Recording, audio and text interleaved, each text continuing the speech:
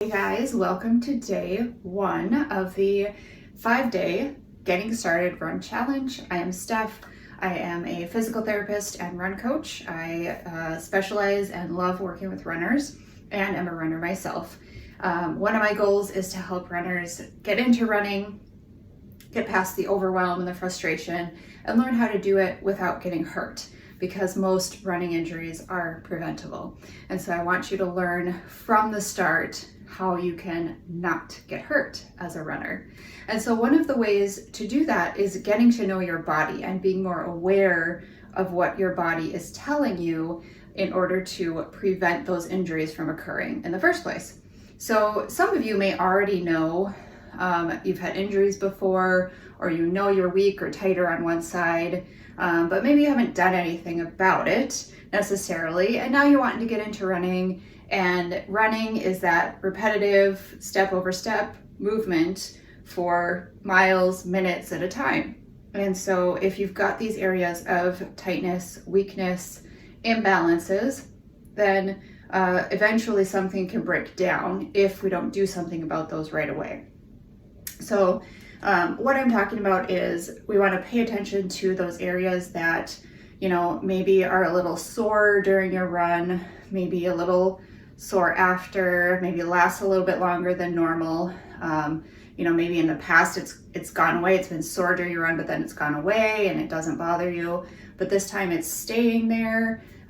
Maybe you're getting out of bed and you're noticing, oof, my calf is really stiff, or my hamstring is stiff, or something like that. That is your body telling you that you need to pay attention to these areas, because if you don't and you keep pushing through those little nagging aches and pains and stiff areas, then eventually as you run and as you keep pushing, something's going to break down, and that can lead to an injury.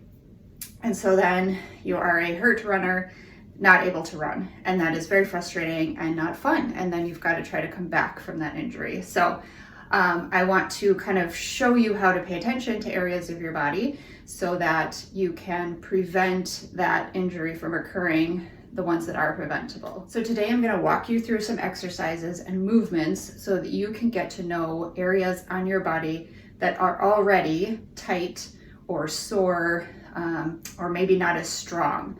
And I want you to know this before you start so that I'll teach you then how to take care of them. So we're going to go through knowing what to do before you run, after you run, as far as stretches and exercises.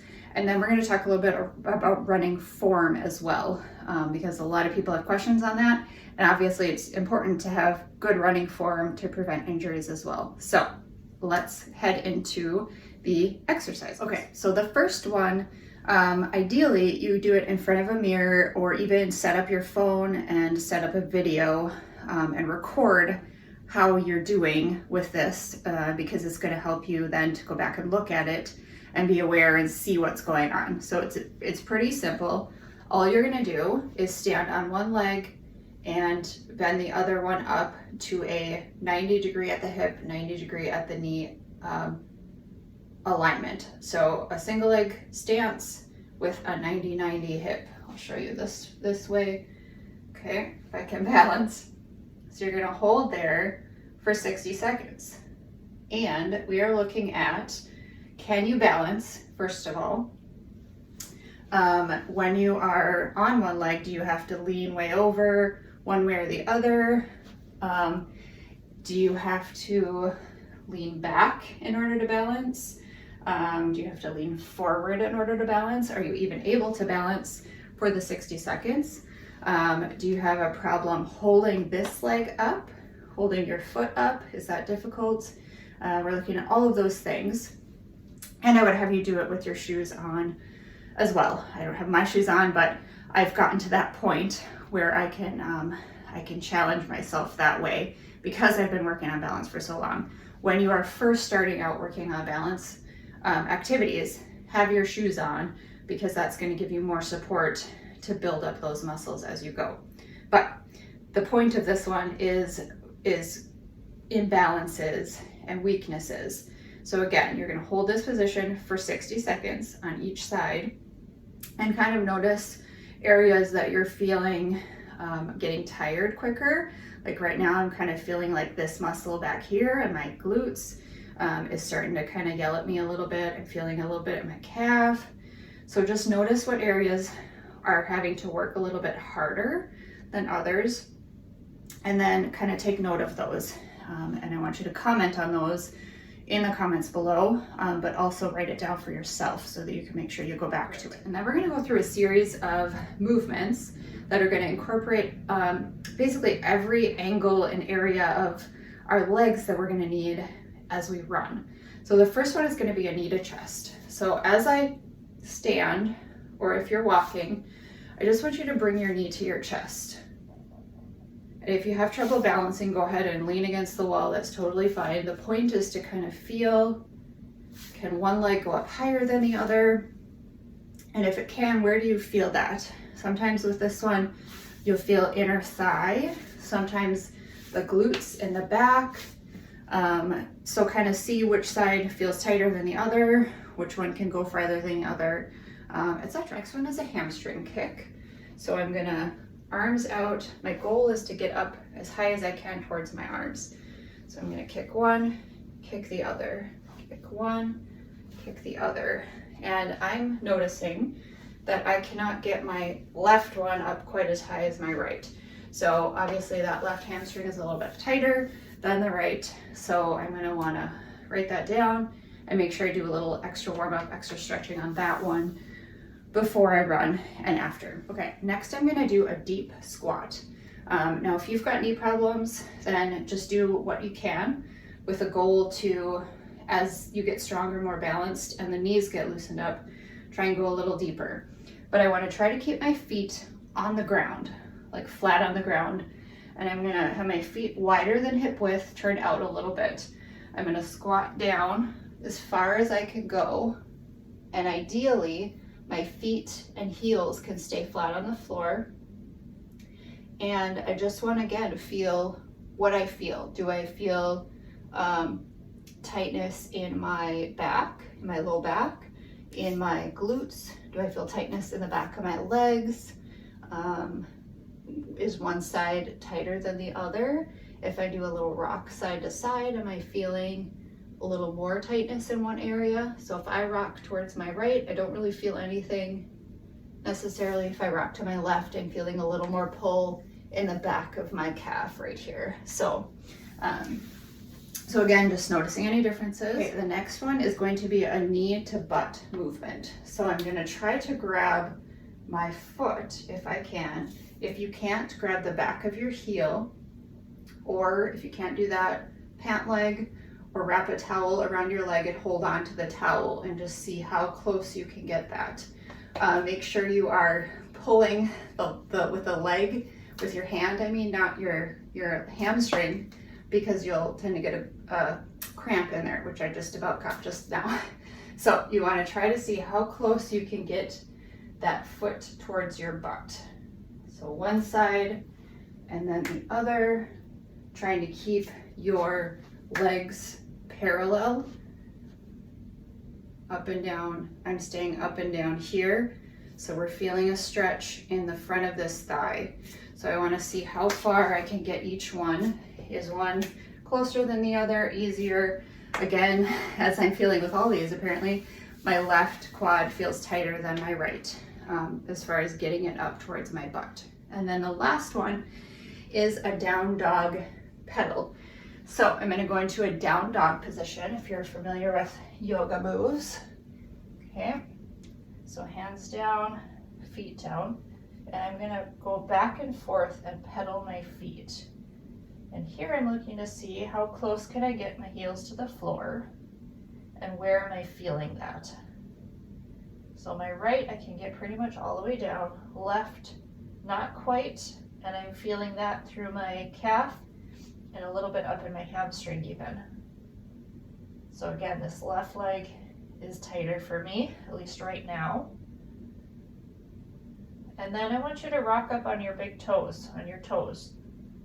Kind of see if you've got any stiffness or tightness there. That's one side versus the other. And here I feel it more. I feel some stretch on my right. I don't feel that on my left. So just spending a little extra time on that right side to make sure that the toe is nice and loosened up. Now, the beauty about what you just did, you've got this nice list of areas that are tight or weak on you, and the moves we just did to test them, those are the exact same moves you can use to warm them up before you run. So those are basically dynamic warm-up moves, and so you can use them to warm up before you go, making sure to specifically hit those areas that are tight and maybe a little sore for you. So if I was doing them as a warm-up, so say the knee to chest one, I'm going to be doing them walking. Warm-up, if I was doing the hamstring kicks, I would just do them walking 3 to 4 times. Down dog pedal basically is what I did. Squats I don't necessarily do as part of my warm-up, but if you do have specific tightness down in the lower legs, this is a good way to kind of warm them up and make sure they're moving well for you. The quad one, I would just do that as a walk as well. So I'm grabbing my foot, sorry, bringing it towards my butt and walking forward. And then after your run, again, we're gonna focus on those areas that are tight, sore maybe a little bit, and we want to stretch those out a lot after. So for the quad, I'm just going to hold this then. I'm not going to do it dynamically after my run. I want to statically stretch it so that the muscle can stretch back out after I've used it. So you'll hold these for about 20 to 30 seconds after your run. So that would be the quad. Hamstrings, I like to just do a V drop down, and then I'm just going to hold that again for 20 to 30 seconds. Another option is to just keep your feet together, tummy tight, lean forward, and just bend straight down. I'll show you this way.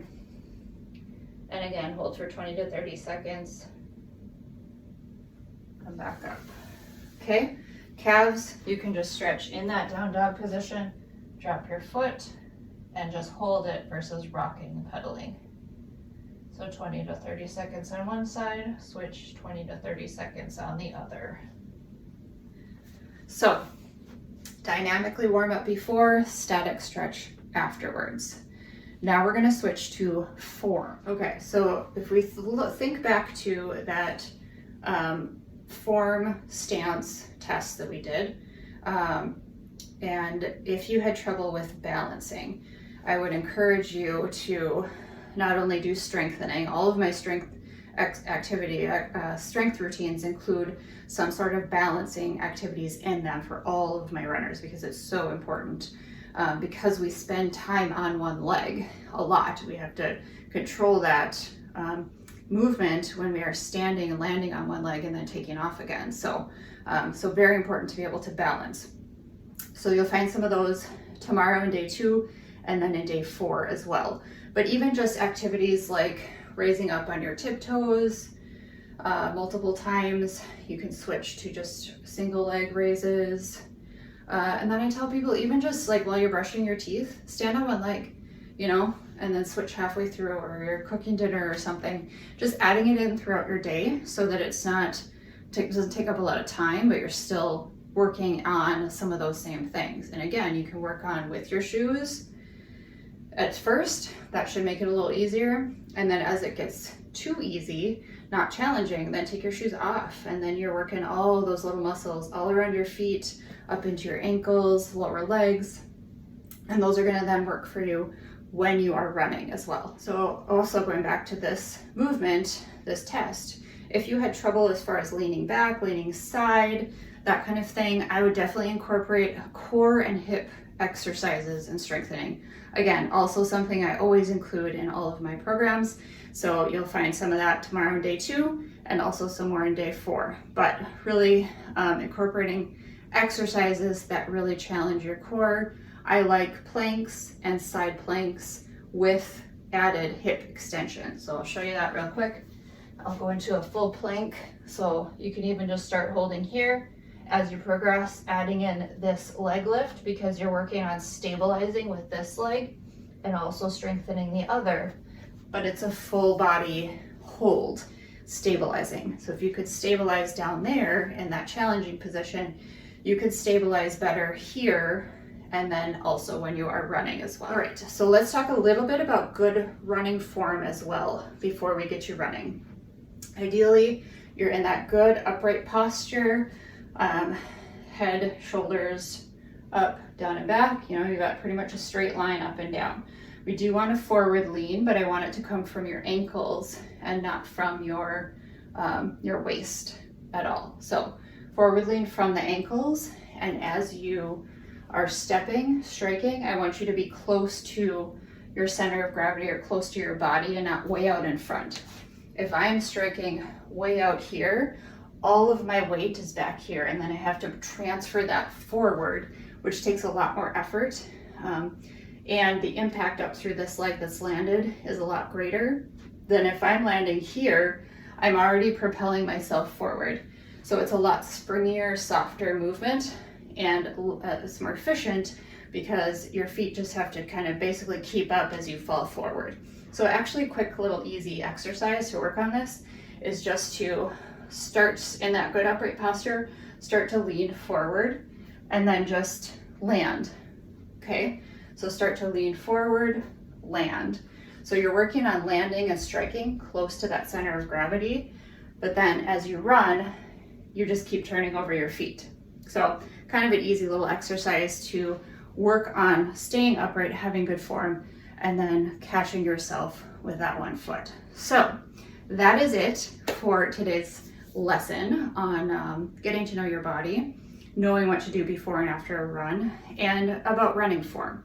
So take a time to go through the activities that I've described if you haven't done them already with me, and comment below. So give me at least 2 things that you learned about yourself as far as, you know, my left leg is tighter here, my right leg is tighter here, or I can't balance. I have no balance. I need to work on this. So comment below with those things, at least 2 of them for me, and then click done when you have completed the lesson, and I will see you in day 2.